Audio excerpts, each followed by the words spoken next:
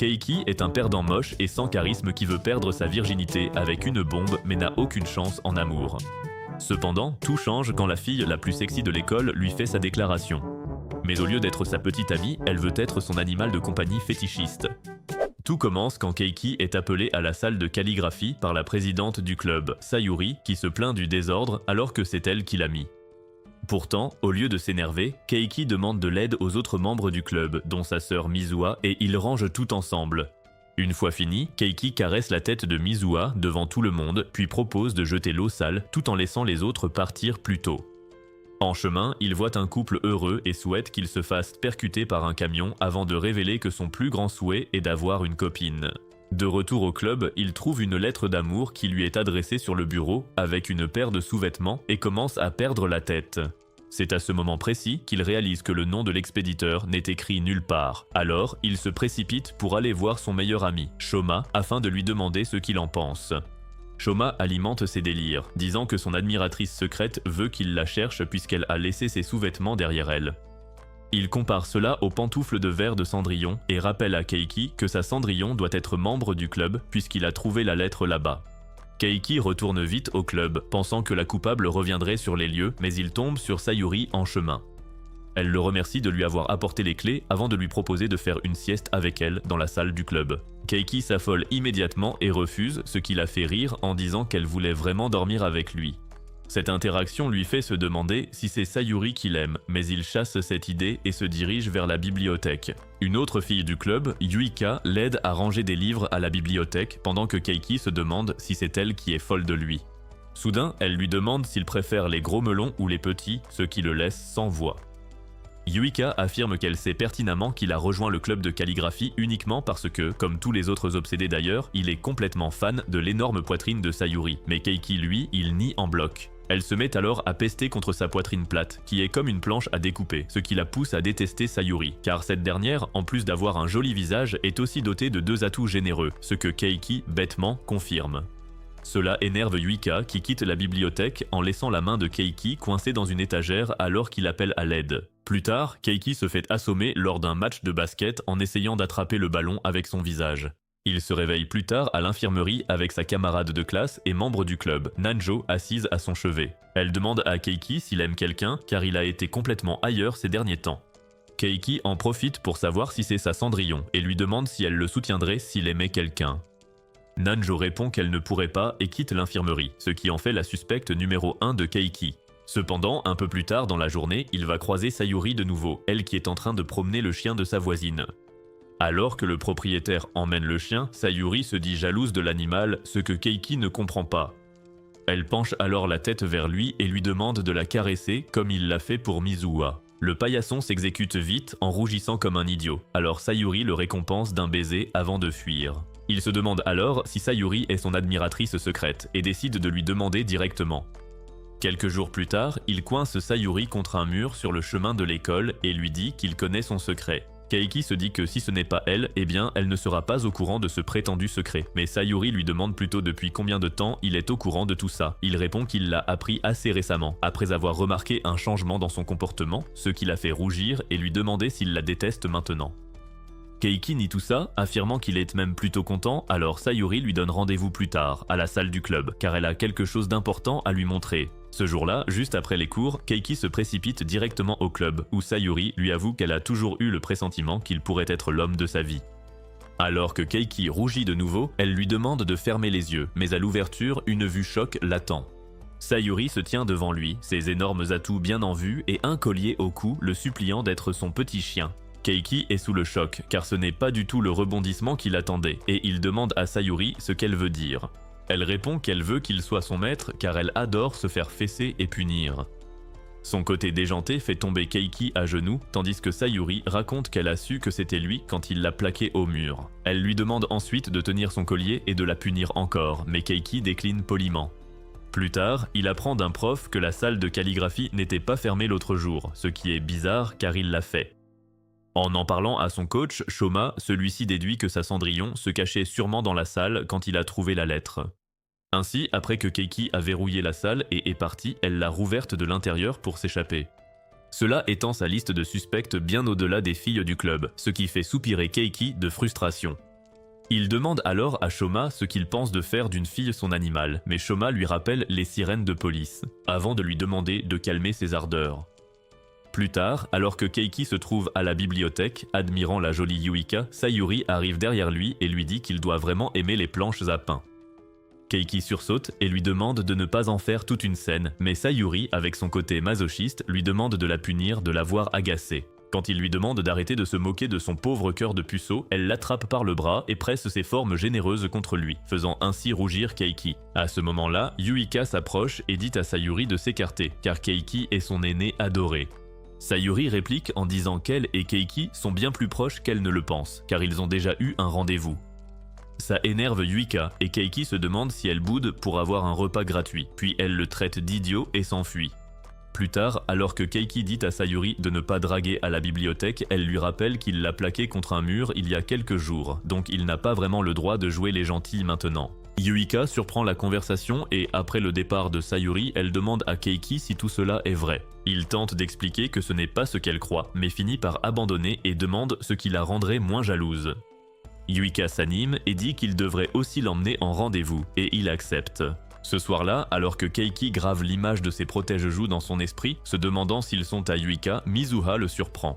Keiki lui explique l'histoire de Yuika, ce à quoi elle répond que si elle lui propose un rendez-vous, elle a forcément un faible pour lui. Le lendemain matin, Keiki retrouve Yuika pour leur rendez-vous et, en vrai gentleman, complimente sa robe. Il lui prend ensuite la main et l'emmène au cinéma où il la surprend avec des billets pour son film préféré. Cela touche tellement Yuika qu'elle dit à Keiki qu'il gagne au jeu de la séduction, puis demande pourquoi il s'est porté volontaire comme bibliothécaire alors qu'il n'a pas assez de neurones pour lire. Il répond qu'après le départ du bibliothécaire d'origine, il a pris la place pour dépanner un ami. Alors qu'ils discutent, Nanjo passe devant le restaurant et les espionne de loin. Après avoir mangé, Keiki emmène Yuika faire du shopping et elle le remercie plus tard d'être un garçon si parfait. Il dit avoir aussi apprécié le rendez-vous car c'était son premier vrai, celui avec Sayuri lui ayant été pratiquement imposé. Yuika rougit et se dit ravie d'être sa première petite amie, puis file rapidement aux toilettes. Cependant, en chemin, elle se fait accoster par des types qui lui proposent de l'emmener dans un love hotel. Dès que Keiki s'en aperçoit, il lui attrape la main et tous deux s'enfuient loin de ces voyous. Se rappelant le visage effrayé de Yuika, Keiki s'en veut et s'excuse auprès d'elle de ne pas avoir prévu ça. Elle lui dit qu'il n'a pas à s'excuser avant de le récompenser par un baiser sur le front. Plus tard, en rentrant en métro, Keiki se souvient de la première fois qu'il a remarqué Yuika lisant à la bibliothèque. À l'époque, il pensait qu'elle était dans sa phase émo, mais en réalité, elle se sentait juste exclue à cause de ses origines métisses. Pourtant, cet idiot n'a rien compris et a continué à l'embêter sur ses lectures jusqu'à ce qu'elle s'attache à lui. De retour au présent, Keiki se dit qu'il aurait de la chance si Yuika était Cendrillon, car il la trouve la plus mignonne au monde. Le lendemain, alors que Keiki déjeune avec Shoma à la cafétéria, ce dernier dit comprendre l'attirance pour Yuika, car il saisit le charme des lolis, contrairement à la plupart des gens. À ce moment-là, Yuika envoie un message à Keiki, lui demandant de venir aux archives de la bibliothèque pour discuter. L'esprit délirant de Shoma dit à Keiki qu'elle meurt d'envie de l'aider à perdre sa virginité, alors il se rend vite sur les lieux. Là, il trouve Yuika dans la bibliothèque comme une tueuse en série, alors qu'elle vante sa gentillesse et sa conviction qu'il sera celui qui l'acceptera pleinement. Juste au moment où Keiki dit adieu à son célibat, Yuika lui demande soudainement de devenir son esclave. Cela le prend au dépourvu, alors il lui demande à nouveau s'il a bien entendu. Yuika dit que ce devrait être un honneur pour un raté comme lui d'être l'esclave d'une fille aussi mignonne qu'elle. Cependant, elle comprend pourquoi il hésite à ce sujet. À ce moment-là, elle retire son armure de scénario, disant qu'en tant qu'esclave, il doit chercher une récompense. Alors qu'elle lui offre ses sous-vêtements portés, lui disant d'être reconnaissant, Keiki panique et dit qu'il n'est pas un obsédé. Cela énerve Yuika, alors elle le plaque au sol, disant que tout le monde est un obsédé, il ne le montre juste pas. Elle se met sur lui et lui fourre sa culotte dans la bouche, perdant la tête devant la perfection de cette situation. Cependant, elle est vite refroidie quand elle réalise que le petit cerveau vierge de Keiki s'est complètement arrêté. Le lendemain matin, il se réveille d'un véritable cauchemar, un cauchemar dans lequel il voyait Yuika et ses protège-pêches. Il se souvient alors qu'après s'être évanouie, c'est elle qui l'a emmené jusqu'à l'infirmerie. Interrogée sur ce qui lui est arrivé, elle a dit qu'il s'était évanoui après sa première déclaration, et même l'infirmière l'a cru. À l'école, alors que Keiki est écrasé par son existence inutile, Nanjo s'approche de lui et lui demande ce qui ne va pas. Alors qu'il marmonne que ce n'est rien, il ouvre son casier et trouve une autre surprise, cette fois un protège-melon. Il le cache vite à Nanjo qui s'étonne de sa crise d'hystérie matinale mais trouve plus tard une lettre au nom de Yuika. Plus tard, il retrouve Yuika et lui demande ce qu'elle cherche en donnant ses sous-vêtements gratuitement.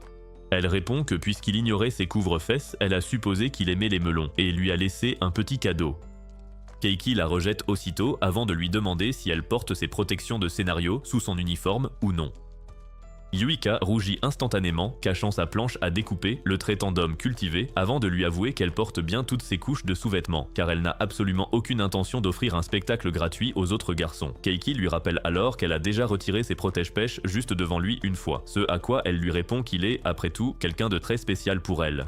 Alors que Keiki rougit un instant, elle gâche tout en disant qu'il est le seul qu'elle veut asservir, ce qui le refroidit aussitôt.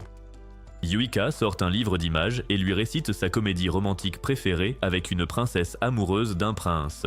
Cependant, n'osant pas lui avouer ses sentiments, elle ordonne à ses soldats de le capturer et l'enferme au sous-sol.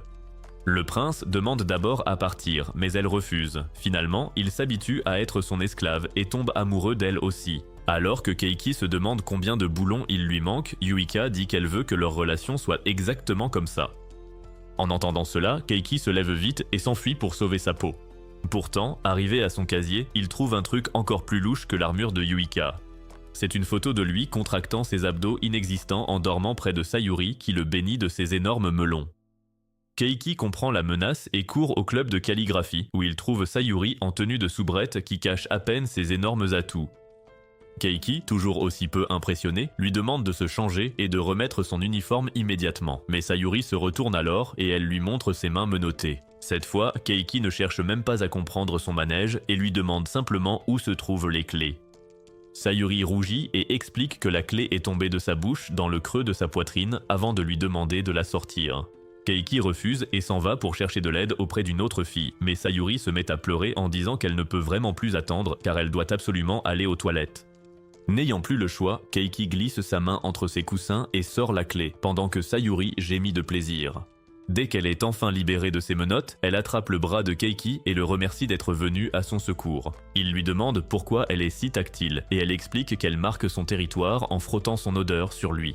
Keiki est gênée et change de sujet, demandant pourquoi elle a utilisé une photo pour le faire chanter. Sayuri boude, disant qu'il ne vient plus la voir de lui-même, alors elle doit utiliser des moyens illégaux. De plus, même si elle est prête à lui donner corps et âme s'il accepte d'en faire son petit chien fidèle, Keiki refuse toujours.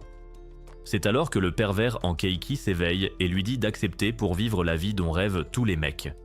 Son ange gardien apparaît aussi et lui dit de ne pas se laisser entraîner dans ces jeux de rôle bizarres. Bien qu'ils se disputent, ils s'accordent sur le fait qu'elle a les plus beaux melons du monde et que ce serait dommage de ne pas y toucher.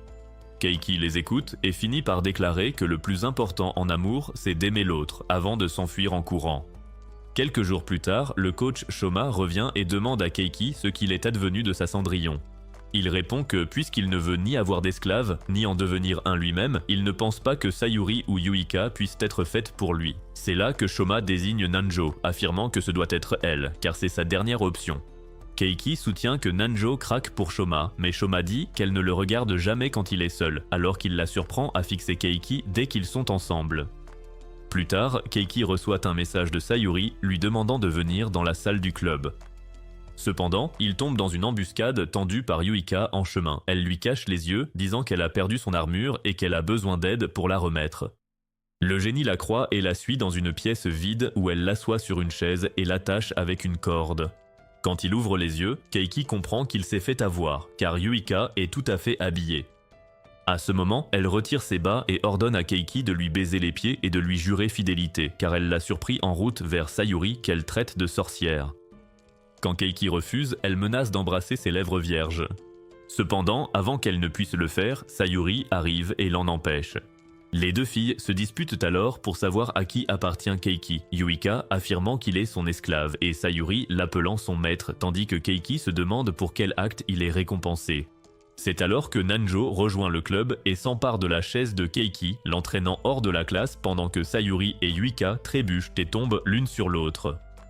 Pendant ce temps, après avoir détaché Keiki, Nanjo s'emporte contre lui, disant qu'elle ne supporte plus qu'il soit gentil avec Sayuri et Yuika comme un petit saint. Keiki lui demande en quoi cela la regarde, ce à quoi elle répond qu'elle n'aime pas qu'il traîne avec d'autres filles, ce qui le prend au dépourvu. Le lendemain, Keiki se rappelle avoir vu Nanjo pour la première fois et s'être demandé quelle expérience ratée avait rendu ses cheveux rouges. C'était lors d'un cours où elle a été choisie comme bénévole à la bibliothèque, mais elle s'est mise à pleurer alors Keiki s'est proposé à sa place, marquant le début de leur amitié. Plus tard, il la voit dans les couloirs et tente de la saluer, mais elle l'ignore complètement. Keiki réessaie puisque son amour propre est déjà inexistant, mais Yuika l'interrompt et s'excuse d'être allé trop loin la veille. Elle remarque aussi que ça ne va pas entre lui et Nanjo, alors elle lui dit de se réconcilier au plus vite, car elle ne veut pas que son cher esclave soit encore plus seul. Plus tard, Sayuri envoie un message à Keiki pour qu'il la rejoigne au club, où elle s'excuse pour son comportement de l'autre jour. Elle promet de ne plus essayer de se rapprocher de lui en public désormais, mais pour compenser, elle se lâchera complètement quand ils seront seuls. Keiki est déconcertée par sa remarque, mais elle change vite de sujet, lui demandant de se réconcilier avec Nanjo au plus vite, car c'est son ami proche. Inspirée par ses deux maîtresses, Keiki va voir Nanjo après les cours et lui demande pourquoi elle ne lui parle plus. Nanjo répond que ça ne le regarde pas, alors Keiki lui demande de se confier à lui quand elle se sentira prête. Alors qu'il s'en va, Nanjo lui demande pourquoi il dit ça, ce à quoi il répond que c'est parce qu'ils sont amis. Elle sourit et lui rappelle qu'ils n'ont pas traîné ensemble depuis longtemps, alors Keiki propose d'aller à la salle d'arcade avec Shoma plus tard. Ce projet se réalise juste après l'école, les garçons s'alliant contre Nanjo à la salle d'arcade, mais ils se font quand même battre. Cela choque tellement Keiki qu'il manque de trébucher et de tomber. Cependant, Shoma le rattrape et le plaque contre le mur, lui demandant si tout va bien. Nanjo commence aussitôt à prendre des photos de leur moment de complicité, mais Shoma délire à nouveau et lui demande si elle est jalouse qu'il soit si proche de son cher Keiki. Après que Nanjo lui a lancé un regard bizarre, la bande va au photomaton et finit par partir quand il se fait tard. Shoma part le premier à vélo, laissant Keiki tenter de se rapprocher de Nanjo, mais elle insiste pour rentrer seule chez elle. Cependant, Keiki la séduit en lui rappelant qu'elle est une fille et qu'il va donc la raccompagner. En chemin, Nanjo s'arrête soudainement et dit que même si elle s'est bien amusée à trois aujourd'hui, elle préférerait qu'ils sortent en couple la prochaine fois. Cependant, la pluie sabote la toute première déclaration d'amour de Keiki et ils sont forcés de courir s'abriter. Après s'être mis à l'abri, Keiki ne peut s'empêcher de fixer l'uniforme trempé de Nanjo. Nanjo est gêné et le traite de dégénéré, alors il lui donne raison en disant que ses melons sont plus gros qu'il ne le pensait. Ça l'énerve, alors elle le traite d'obsédé, qui aime quand Sayuri et Yuika se jettent sur lui. Keiki dit qu'il n'apprécie pas vraiment, mais il aime qu'elle soit si à l'aise avec lui, ce qui amène Nanjo à se demander s'il sortirait avec l'une d'elles. Il dit qu'il fantasme sur le fait de sortir avec des femmes, ce qui lui vaut d'être à nouveau traité d'obsédé. À ce moment-là, Nanjo éternue, alors Keiki va lui chercher une boisson chaude. Cependant, à son retour, il la surprend en train de regarder une photo de Shoma. L'idiot s'imagine aussitôt qu'elle aime son meilleur ami, et il l'interroge à ce sujet, mais Nanjo, embarrassé, lui dit que ce n'est pas vrai du tout avant de s'enfuir avec une expression triste sur le visage.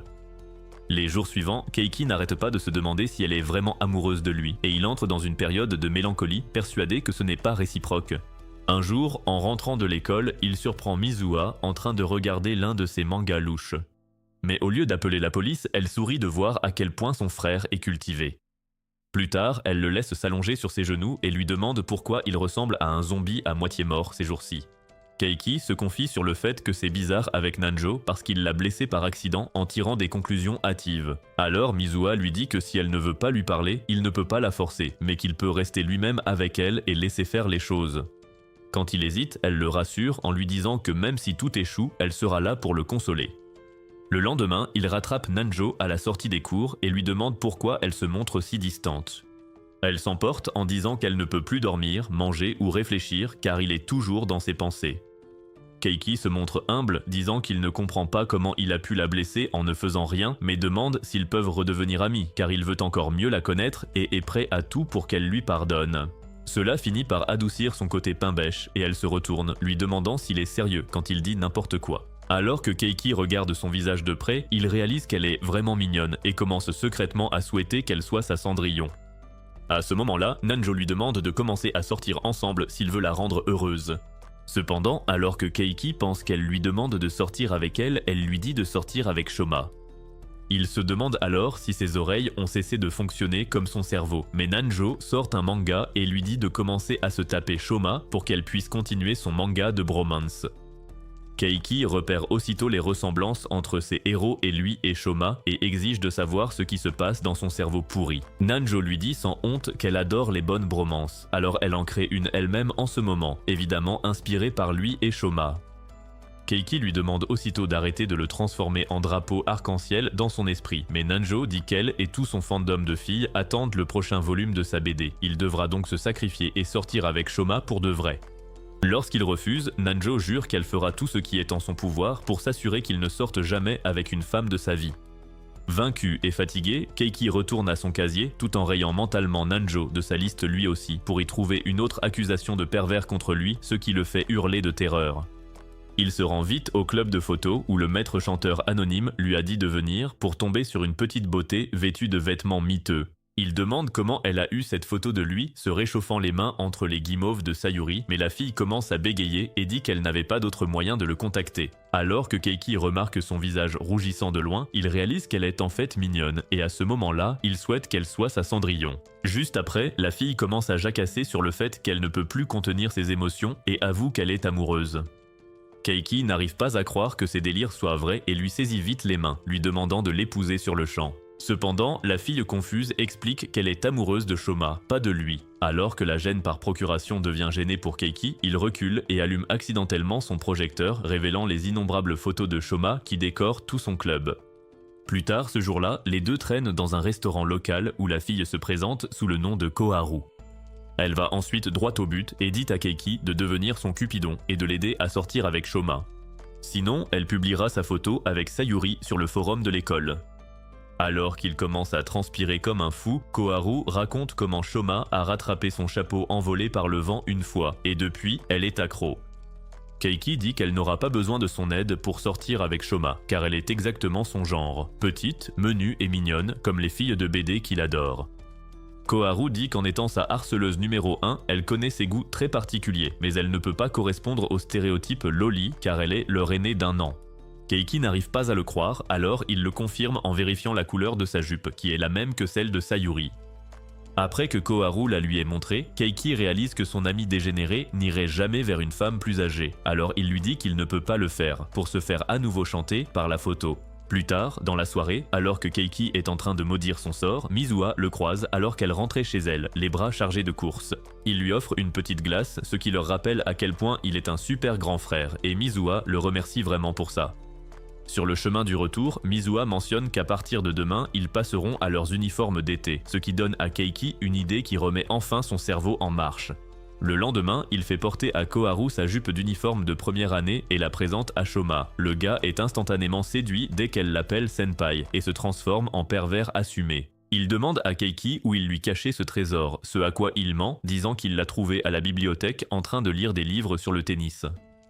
Shoma interroge vite Koharu sur le match de tennis d'hier soir, que la harceleuse a mémorisé par cœur, et le courant passe aussitôt.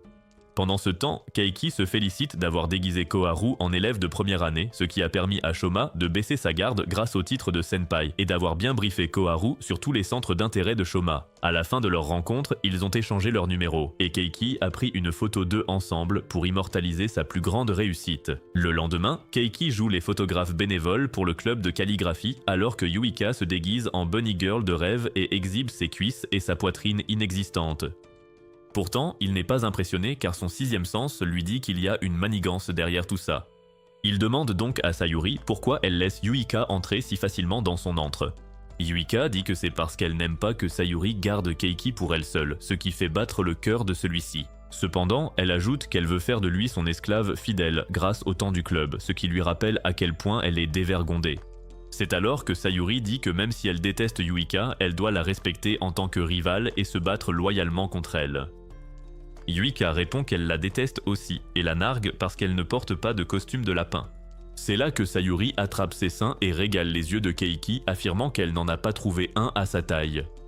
Yuika devient jalouse et la traite de sorcière aux gros orbes magiques pour finir traitée de monstre à la poitrine plate. Alors que Keiki arrête leur futur bain de sang, il remarque que Nanjo a aussi rejoint le club et se demande pourquoi elle ne porte pas de costume de lapin. Sayuri dit qu'elle l'a épargné après avoir reçu le dernier numéro de son manga de bromance qui l'excite dès qu'elle voit le personnage de Cake inspiré de Keiki.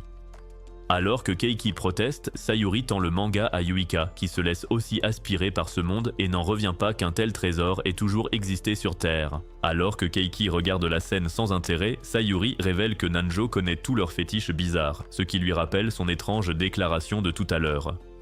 C'est alors que Nanjo le menace de ne pas révéler ses vraies intentions aux filles, à savoir les empêcher de sortir avec lui, alors Keiki se tait. Il rentre chez lui et regarde à nouveau la lettre, se demandant pourquoi cette fille ne se montre pas comme Koharu l'a fait pour Shoma. Le lendemain, il se confie à Koharu, sa nouvelle meilleure amie, sur l'affaire Cendrillon. Grâce à son expérience de harceleuse, elle déduit que la fille pourrait être une intruse qui se serait glissée dans le club sans être vue. Cela signifie que chaque fille du campus est suspecte et Keiki se demande s'il devra faire un essayage de sous-vêtements tel un prince charmant pour la trouver. Cependant, Koharu suggère de chercher un témoin qui aurait pu être là, ce qui rappelle à Keiki leur conseillère de club. Alors qu'il part vite à sa recherche, il croise une jolie fille qui ressemble à une pâle copie de Rem descendant les escaliers avec une pile de papier. Comme prévu, elle glisse et tombe dans les bras de Keiki qui se demande s'il n'a pas une sorte d'aimant à filles en lui. Cependant, quand il demande à la fille de se lever, après s'être assuré qu'elle n'est pas blessée, elle le serre dans ses bras, lui demandant de la laisser rester ainsi un peu plus longtemps. Keiki finit par la laisser et va voir la conseillère de son club, lui demandant si elle a vu une fille près de la salle le jour où elle l'a trouvée ouverte. La professeure dit avoir vu Ayano, la présidente du conseil des élèves, traîner dans le coin, et Keiki est choquée, car c'est la même fille qui vient de tomber dans ses bras. Plus tard, alors qu'il rumine cette révélation, Ayano arrive derrière lui et le surprend avant d'avouer qu'elle voulait juste le remercier de l'avoir sauvé et en signe de gratitude, lui tend un paquet de biscuits. Keiki trouve les biscuits délicieux, alors Ayano révèle qu'elle les a fait elle-même, tout en se collant un peu trop près de lui. Keiki se lève, demandant si elle a le sens de l'espace personnel, mais elle l'enlace, disant qu'il est son espace personnel. Dès qu'elle part, Keiki la regarde, surpris par son comportement si mignon. Plus tard dans la journée, Keiki a une discussion avec Koharu au sujet d'Ayano. Koharu lui présente toutes ses découvertes jusqu'à présent en affirmant que c'est bien trop louche pour être une simple coïncidence qu'elle le contacte sans arrêt pendant la journée. Les deux compères décident qu'Ayano a un gros faible pour Keiki, alors Koharu lui souhaite bonne chance pour séduire la belle. Plus tard, Keiki arrive à la salle du club et y trouve Yuika allongée. Alors qu'il s'apprête à partir, il trébuche sur une ficelle qu'elle a placée stratégiquement sur son chemin et tombe face contre terre. Yuika se jette sur lui, lui disant d'assumer la responsabilité des choses bizarres qu'il lui fait dans ses rêves. Alors que Keiki proteste, se demandant si cette folle a encore oublié ses médicaments, Yuika dit qu'il mérite de goûter à sa propre médecine et commence à le toucher partout. En essayant de la repousser, Keiki pose accidentellement sa main sur sa petite poitrine, ce qui la gêne tellement qu'elle s'enfuit. Dès qu'elle part, le magnétisme de Keiki attire Ayano dans la salle du club sous prétexte d'un audit.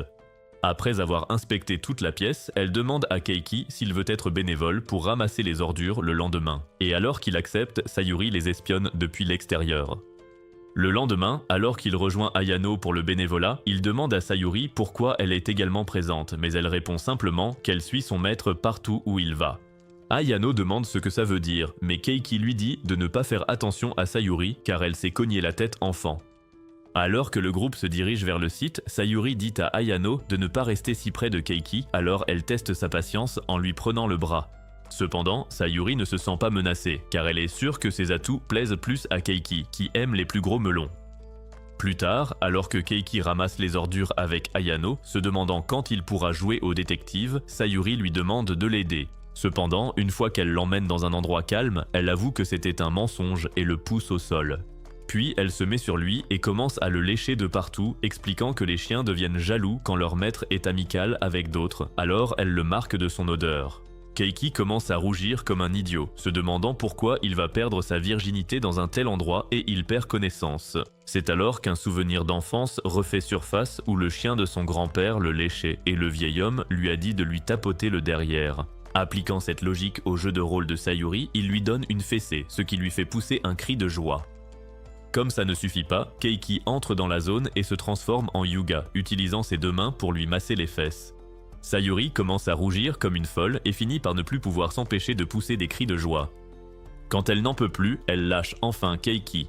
Cependant, quand il s'excuse d'avoir dépassé les bornes, Sayuri sourit et dit qu'elle aime son côté autoritaire. Après son départ par épuisement, Keiki reprend son bénévolat mais tombe par hasard sur un trésor parmi les ordures. Ayano voit ça et comprend mal la situation, traitant Keiki d'homme cultivé qui aime les trucs louches. Juste après, elle glisse et tombe dans un lac, ce qui rend ses formes complètement visibles pour Keiki. Étant le dégénéré qu'il est, il commente ses sous-vêtements blancs avant de se rappeler la décence et de lui donner sa veste. Le lendemain, après le sport, Shoma demande à Keiki s'il soupçonne Ayano d'être sa Cendrillon ces derniers temps.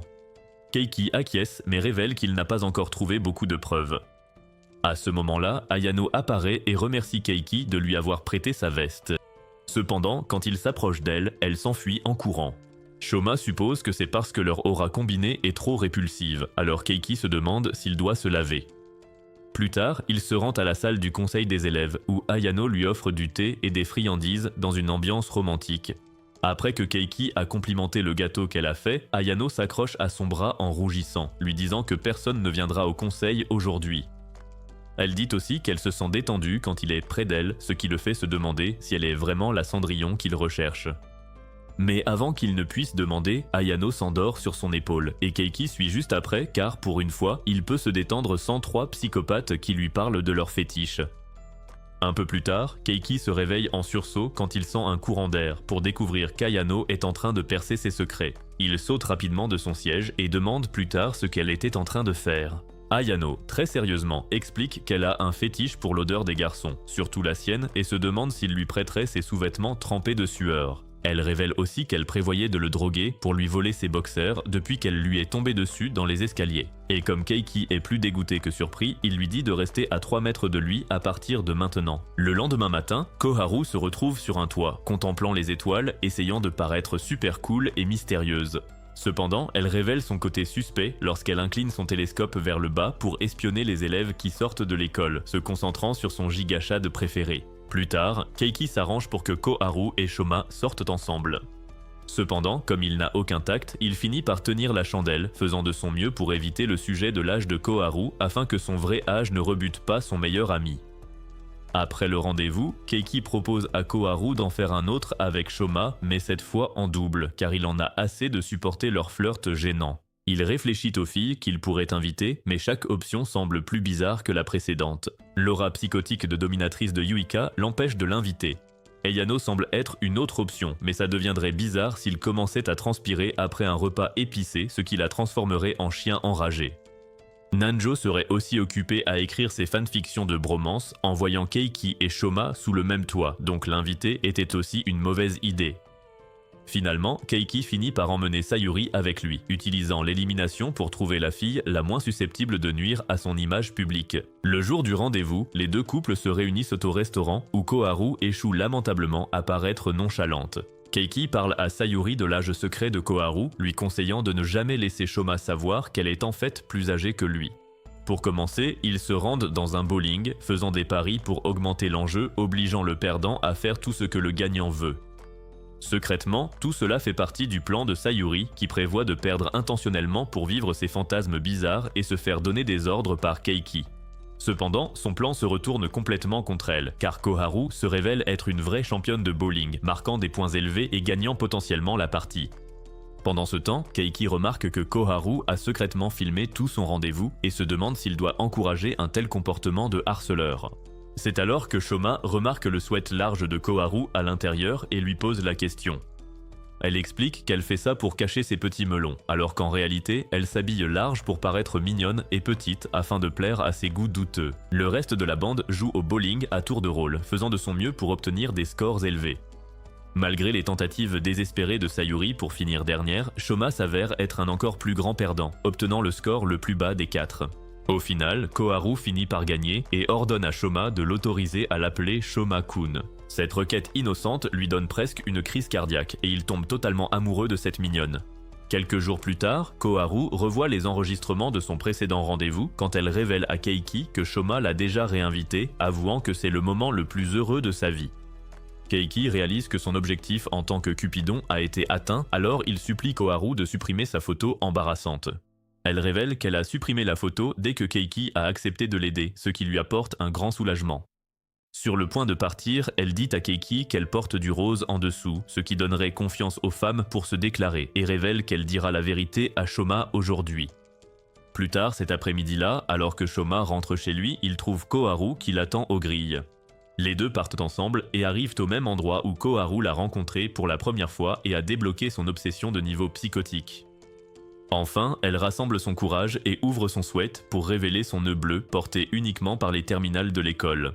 Quand Shoma réalise que cette fille a 1 an de plus que lui, il rompt avec Koharu sur le champ, car ses rêves de vivre ses fantasmes lolicons ont été anéantis. Pendant ce temps, Keiki les espionne depuis le début, curieux de voir comment la scène va se dérouler.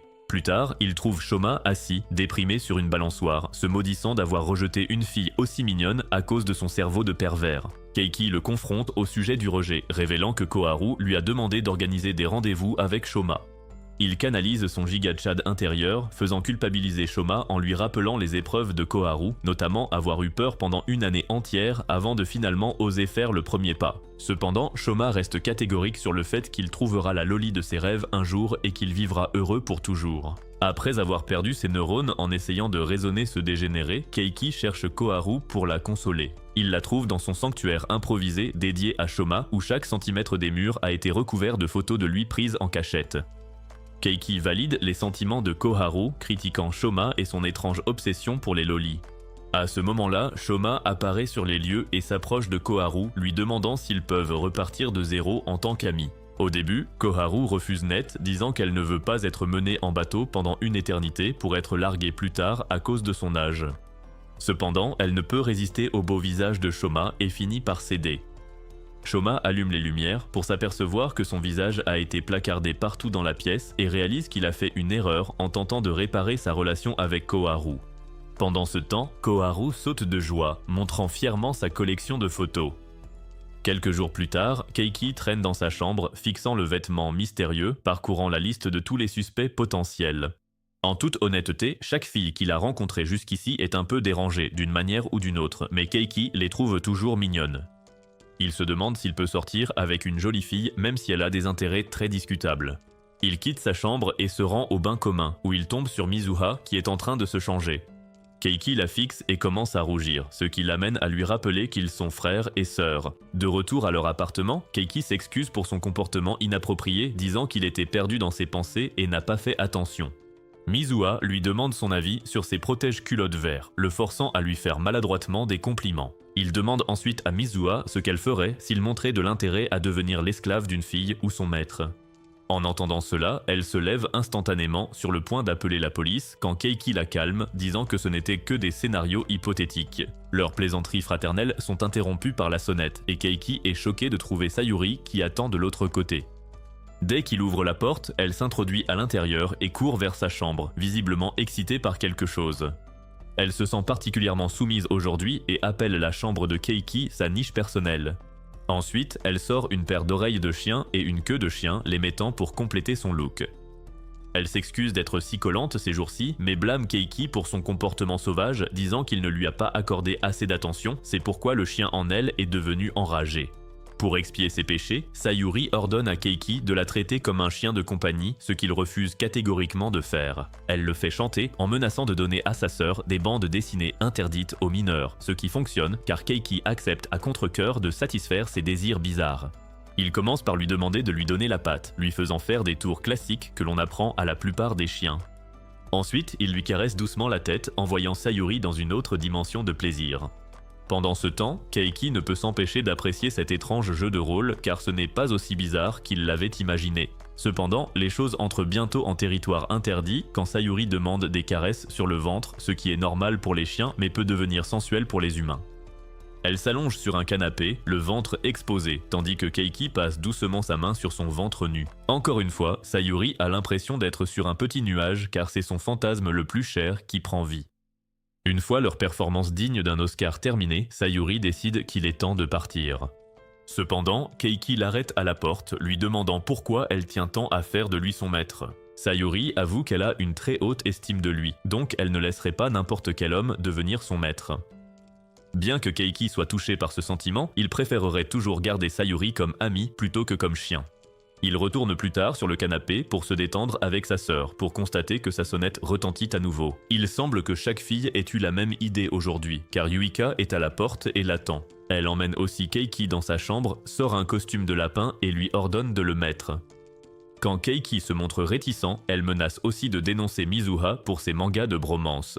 Après mûre réflexion, Keiki décide de sacrifier sa propre dignité pour préserver l'innocence de sa sœur. Il enfile le costume de lapin moulant, offrant à Yuika un véritable spectacle de bunny girl. Elle l'humilie, riant comme une folle jusqu'à en avoir les larmes aux yeux, et ne s'arrête que lorsqu'elle remarque que Keiki est rouge comme une tomate.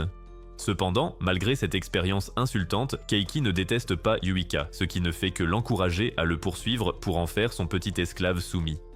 En récompense de son excellent comportement, Yuika décide de lui offrir ses propres couvertures de manga fraîchement sorties, ce qui amène Keiki à se demander si c'est elle qui lui a envoyé le mystérieux sous-vêtement.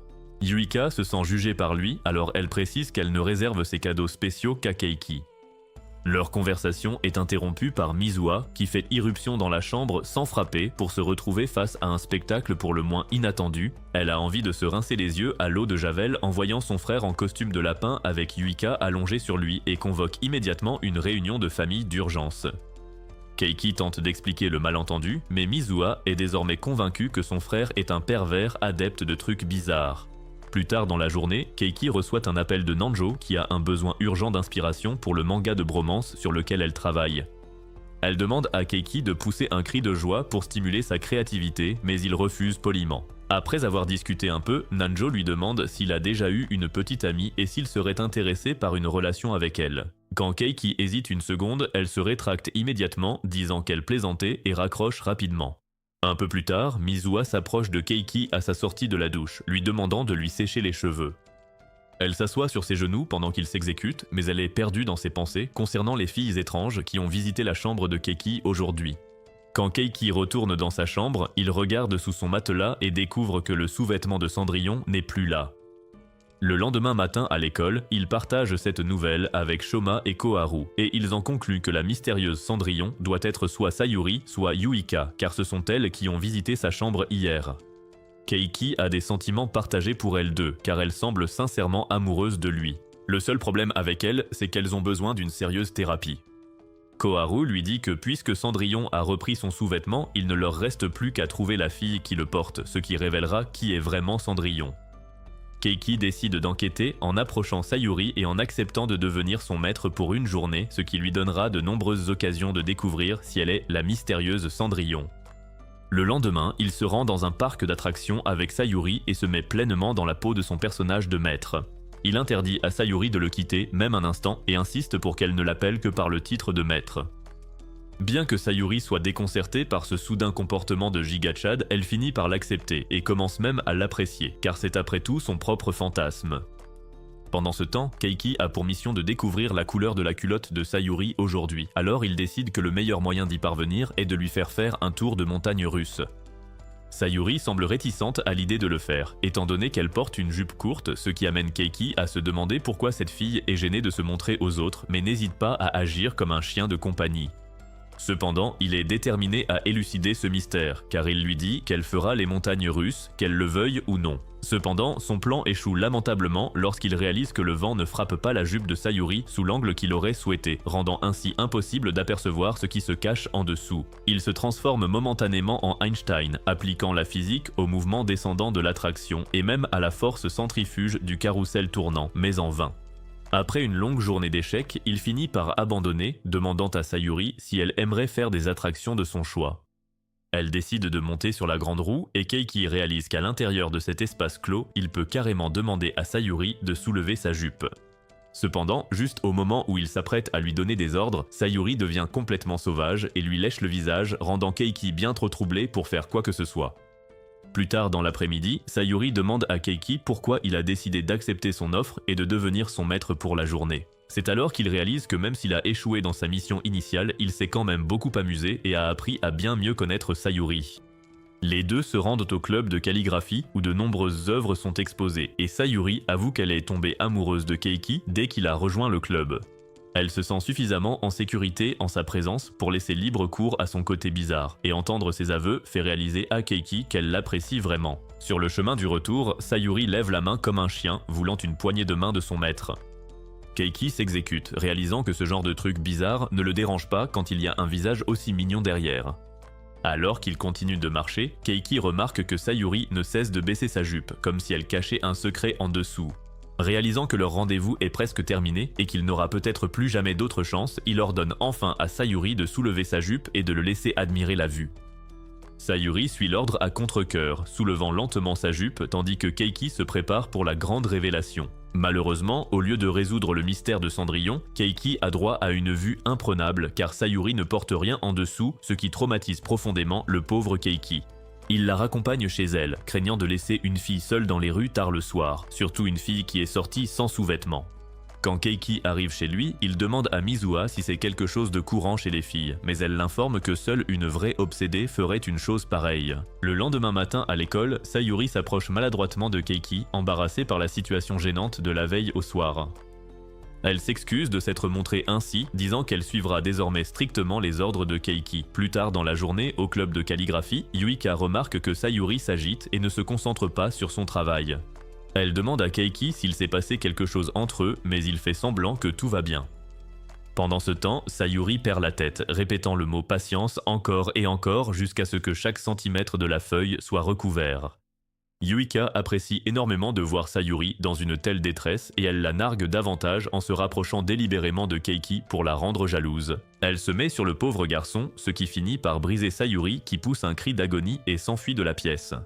Plus tard, Keiki a une réunion d'urgence avec Koharu pour discuter de ses problèmes de fille, mais elle lui dit qu'il doit vraiment tenir à Sayuri s'il est aussi perturbé par son chagrin.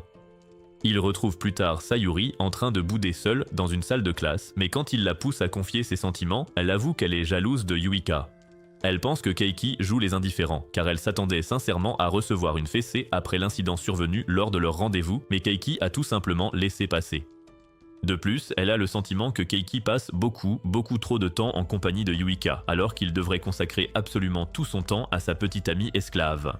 Une fois leur problème résolu, Keiki lui demande de but en blanc si c'est elle qui a volé les protège-slips dans sa chambre ce jour-là. À sa surprise, Sayuri avoue le vol, soulevant sa jupe pour révéler le caleçon large de Keiki pendu à sa taille. Bien que ce ne soient pas ceux auxquels il faisait référence, Keiki est toujours sidéré par le niveau de bizarrerie. Sayuri propose de donner ses propres protège-slips à Keiki en échange, mais il refuse poliment cette offre alléchante.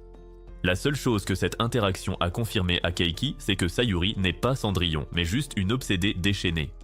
Après l'école, Keiki croise Yuika et propose de la raccompagner chez elle car il pleut. Chez Yuika, elle parvient à le convaincre de rester un peu jusqu'à ce que l'orage soit passé. Keiki passe immédiatement en mode détective, puisque Yuika est désormais la suspecte numéro 1, Sayuri étant hors de cause. Il fouille un peu partout dans ses tiroirs, mais il ne trouve pas le sous-vêtement qu'il est venu chercher. À ce moment-là, Yuika le prend en flagrant délit et libère la dominatrice qui sommeille en elle, demandant à Keiki de devenir son esclave. Sachant que c'est le seul moyen de percer le mystère de Cendrillon, Keiki s'exécute, n'ayant pas hâte de subir l'humiliation qui l'attend. Le lendemain à l'école, Keiki est en train de courir partout, suivant les ordres de Yuika, remplissant son rôle d'esclave.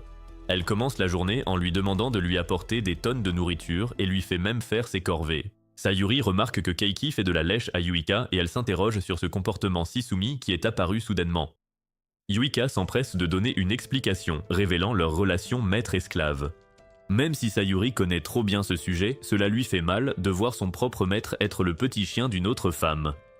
Sayuri défend son honneur, affirmant que Keiki préfère ses atouts, se rappelant la fois où il l'avait touchée. Yuika se sent profondément offensée par ce commentaire, en raison de son manque d'atouts. Alors, elle se tourne vers Keiki et lui demande si la taille compte. Keiki répond comme un vrai giga-chad, disant qu'un vrai homme aime les melons de toutes formes et tailles. Mais cette réponse diplomatique ne satisfait pas ces dames. Pour remuer davantage le couteau dans la plaie de Sayuri, Yuika demande une poignée de main à Keiki et il lève instinctivement la patte comme un chien bien dressé, ce qui brise totalement le cœur de Sayuri. Keiki rentre chez lui totalement épuisé, sa dignité et son aura réduites en miettes, mais il sait qu'il devra endurer cette vie d'esclavage encore un peu s'il veut percer le mystère de Cendrillon. Le lendemain matin, il arrive consciencieusement chez Yuika pour n'y trouver qu'un costume de majordome embarrassant qui l'attend.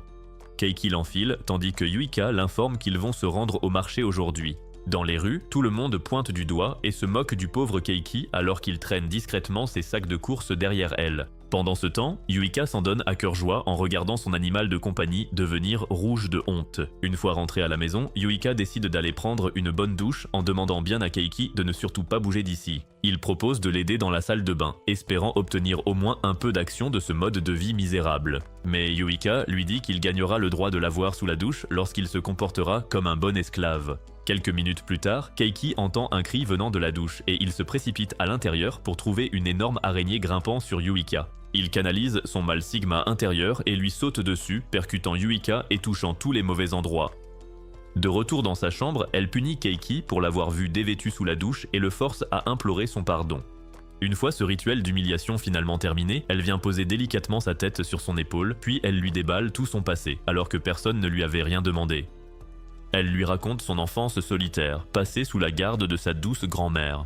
Lorsqu'elle est finalement décédée, Yuika s'est sentie trahie que la seule personne proche d'elle l'ait aussi quittée. C'est pourquoi elle a décidé de devenir complètement antisociale, évitant tout le monde à l'école. C'était jusqu'à ce que Keiki apparaisse et lui accorde de l'attention. Alors elle est finalement sortie de son cocon et a commencé à se faire des amis. Keiki est touché par son monologue émouvant, mais se demande pourquoi il agit ici comme son assistant personnel s'il compte autant pour elle. À ce moment-là, il jette un coup d'œil à son lit pour y trouver une autre paire de ses boxeurs qui traînent et la confronte à ce sujet. Elle avoue les avoir volés dans sa chambre, ce qui signifie que Yuika n'est pas la Cendrillon qu'il recherche. Le lendemain matin, c'est le dernier jour d'école avant le début des vacances d'été et tout le monde est surexcité pour ses vacances. Cependant, Keiki et Shoma ne l'attendent pas du tout avec impatience, car ce sera un autre été sans conclure. Bien que Shoma ait une relation ambiguë bizarre avec Koharu, elle le met toujours mal à l'aise parfois. Par exemple, il se souvient d'avoir visité sa chambre une fois pour y trouver toute une étagère pleine de CD d'enregistrements secrets de Shoma. Il a également trouvé un carnet qui détaillait tout ce qu'il avait fait depuis le jour où il avait rencontré Koharu. Cependant, Keiki partage ses propres problèmes, disant qu'il avait espéré que trouver Cendrillon lui permettrait de dégoter une petite amie mignonne pour l'été. Au lieu de cela, il a acquis une bande de cinglés qui n'arrête pas de lui voler ses sous-vêtements. Son vœu est exaucé cet après-midi-là lorsqu'il croise Nanjo et qu'elle lui propose de devenir sa petite amie. Elle l'emmène dans une salle de classe calme et lui demande de rester immobile pendant qu'elle commence à le dessiner. Soudain, elle tente sa chance en lui demandant d'enlever sa chemise, mais Keiki demande à ce que le croquis reste tout public. Les deux semblent vraiment bien s'entendre, Keiki lâchant même un compliment décontracté, ce qui fait rougir Nanjo. Un peu plus tard, ils se rendent à un distributeur automatique où Nanjo lui révèle qu'elle a reçu une offre d'une entreprise pour illustrer un manga romantique. Bien que son expertise réside dans un genre d'art plus osé, elle est prête à tenter sa chance avec cette opportunité. Elle demande à Keiki de lui raconter en détail ses rencontres amoureuses avec des filles, car elle est à la recherche d'idées pour son prochain manga. Hélas, les expériences assez bizarres de Keiki avec les filles ne correspondent vraiment pas au thème d'un manga de romance innocente. Alors Nanjo décide de prendre les choses en main. Elle s'assoit sur ses genoux et manque de l'embrasser, tout en étudiant attentivement sa réaction. Une fois sa mission du jour terminée, elle s'en va, laissant Keiki tout déstabilisé. Alors que Keiki s'apprête à partir, il croise Ayano, qui semble épuisée après une longue journée de travail. En guise de récompense, elle se serre contre Keiki et le renifle jusqu'à ce qu'elle soit totalement rechargée.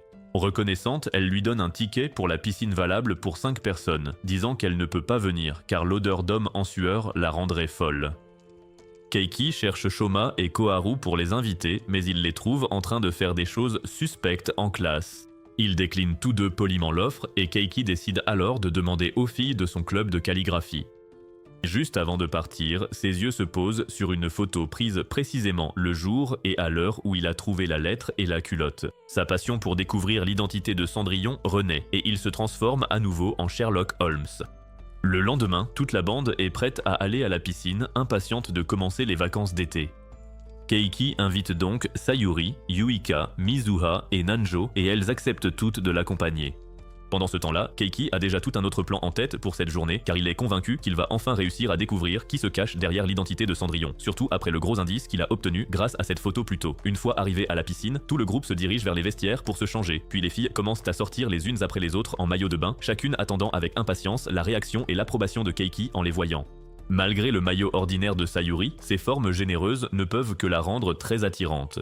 C'est ensuite au tour de Nanjo, carnet en main, prête à dessiner des hommes torse nu pour ses bandes dessinées osées. Enfin, Yuika et Nanjo sortent et Keiki complimente ouvertement leur courbe sans la moindre gêne.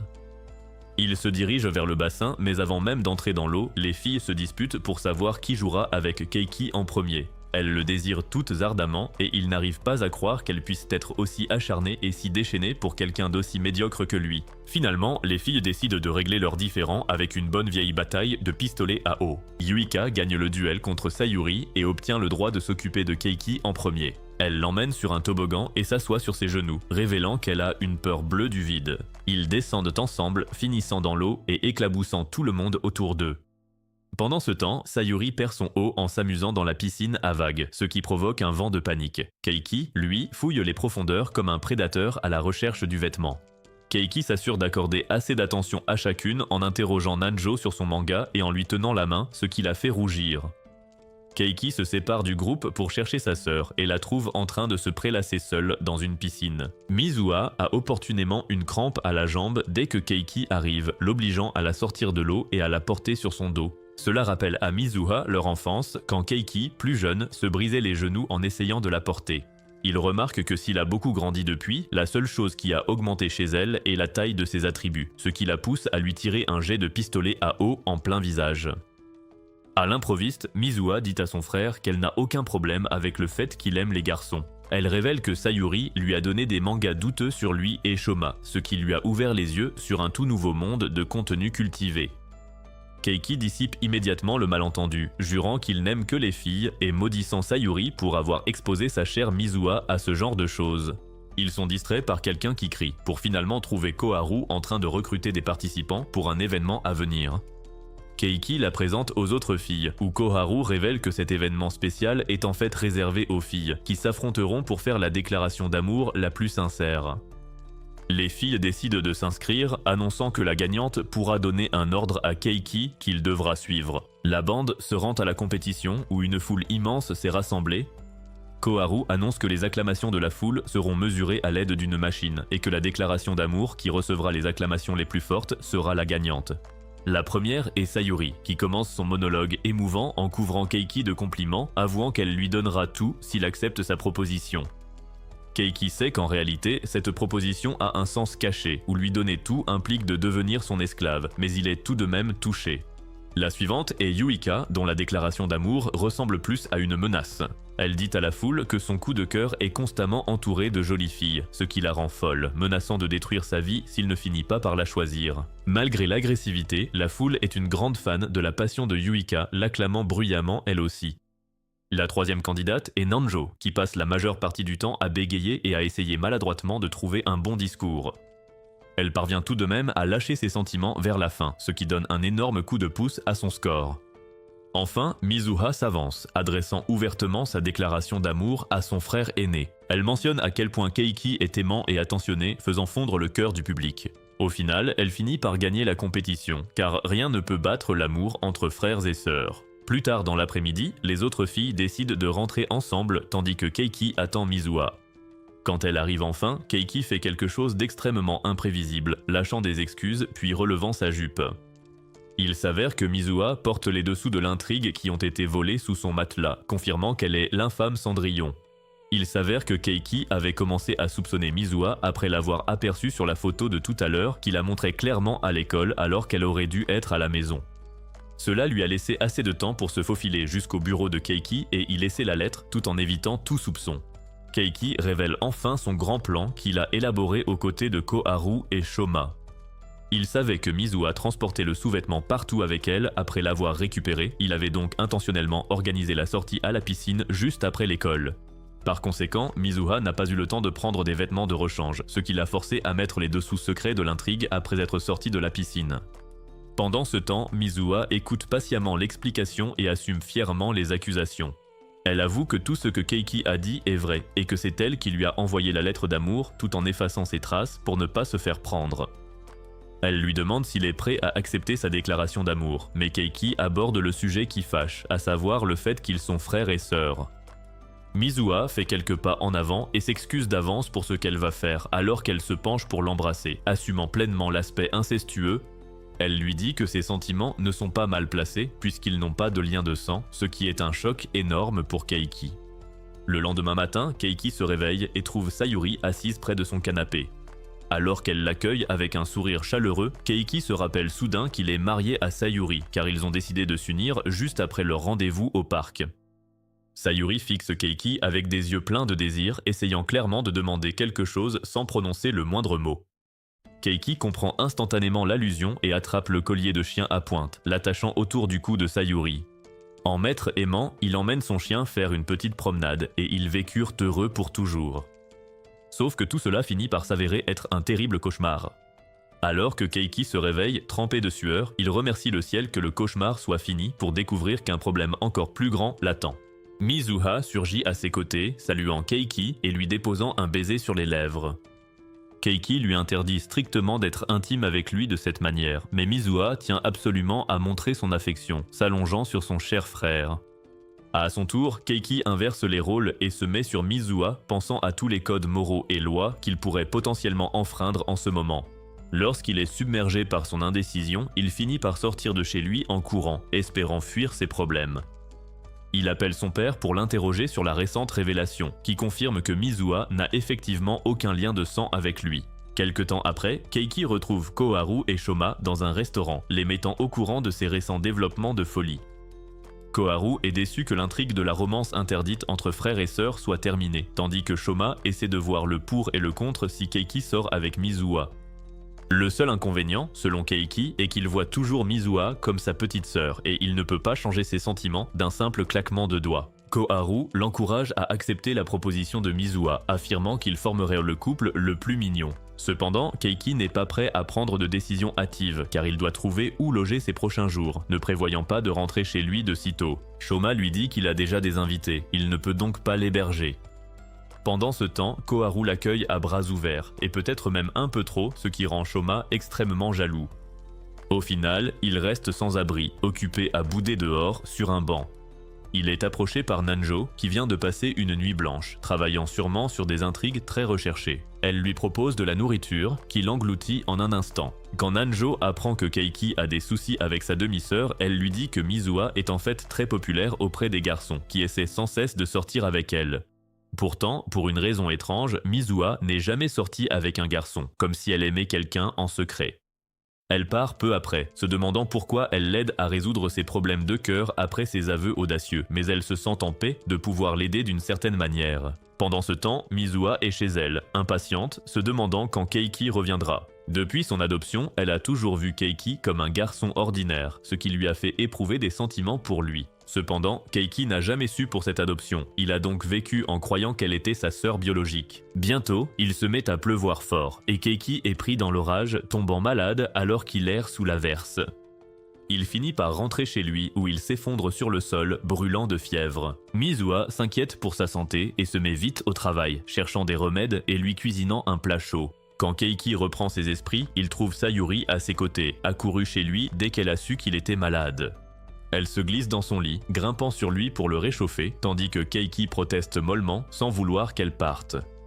Une fois de plus, Mizuha déboule avec un bol de porridge chaud, déçue mais pas surprise de voir Keiki au lit avec une autre. Peu après, Yuika arrive avec une pile de mangas osés pour distraire Keiki pendant sa convalescence. Elle est jalouse de voir Sayuri déjà assoupie dans le lit de Keiki et elle la traîne littéralement dehors pour l'expulser. Les filles se battent et Keiki doit presque les arracher l'une de l'autre, offrant un bras à chacune pour les calmer. Quand Mizuha rentre à nouveau, elle a l'impression que les femmes se multiplient chaque fois qu'elle jette un œil. Elle les écarte toutes les deux de Keiki, les pressant de le laisser se reposer et guérir. Keiki somnole toute la nuit, hantée par les pensées de toutes ses amies qui occupent son esprit. Soudain, des souvenirs de son enfance lui reviennent, du moment où ses parents ont ramené Mizuha à la maison. D'une certaine manière, Keiki avait refoulé ce souvenir et l'avait toujours imaginé comme étant sa sœur depuis le tout début.